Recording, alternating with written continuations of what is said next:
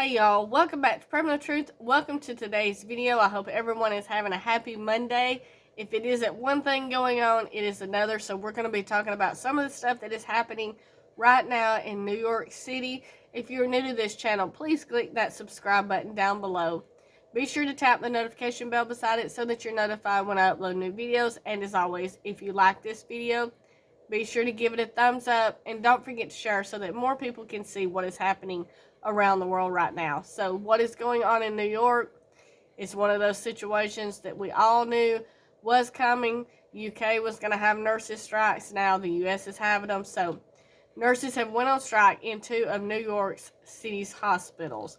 So this is anywhere from 7,000 to 9,000 nurses. They went on strike Monday after contract negotiations stalled, overstaffing and salaries nearly 3 years into the coronavirus pandemic. So this has been going on for quite a while now, and they're saying that they have went through these 3 years and they are still having issues with staffing and salaries. So that is what the contract negotiations was about. They did not come to an agreement on it, so they are on strike now. The privately owned hospitals were postponing non-emergency surgeries, diverting ambulances to the other medical centers, pulling in temporary staffers, assigning administrators with nursing backgrounds to work in the wards in order to cope with the walkout. So they're getting replacements, but it's not as many replacements as what has actually went on strike. So it is causing some issues in which they are having to divert the ambulances to other medical centers. And then if you are not an emergency surgery, they are having to postpone a lot of that, all the elective stuff, so that they can use them in places where there is emergencies. They said as many as 3,500 at one, 3,600 at another one, and it can be up all the way to 9,000 possibly. They're outside protesting. They've got signs over there saying we were heroes only 2 years ago. We was on the front lines of the city when everything came to stop, and now we need to come to a stop so that they can understand how much we mean to this hospital and to the patients. And that's what they are all saying, is that they are underappreciated, underpaid, understaffed, and that they need this situation to be worked out.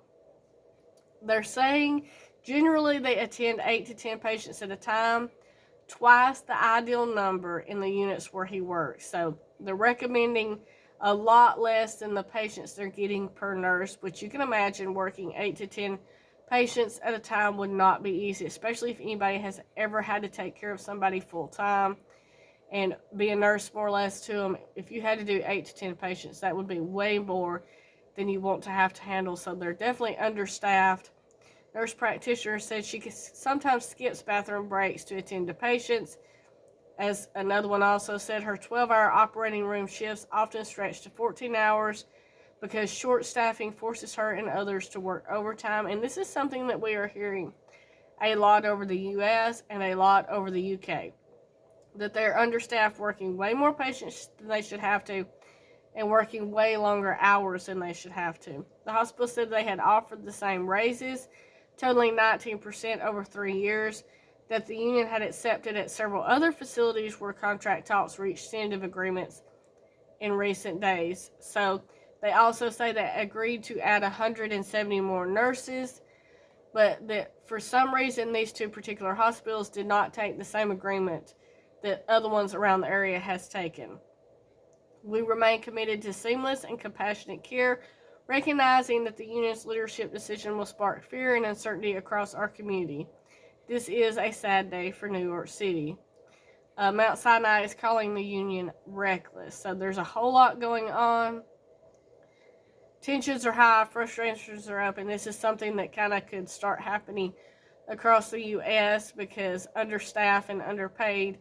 And if it is, it's something that could be very detrimental to our health system for those that are needing certain surgeries or care that they cannot receive at home. So our nation is just in turmoil. Every which way you look, something is happening, something is going on, and it's just one thing after another. If it isn't something with a power grid system messed up or an attack on a power grid system, then we have this going on because they're saying they're understaffed and underpaid, and so many people are sick, so many people are going into the hospital, which right now You can talk to a lot of people in your area. I've talked to a lot of people on here in my area, and a lot of people are sick. They're having to go to the hospital to receive treatment. Not everyone can do it at home. So it's just a bad situation right now with everything that is going on. And it's not only happening in the U.S., but it's also happening in other parts of the country as well. So thank you so much for watching this video. Stay safe. God bless you. And keep prepping.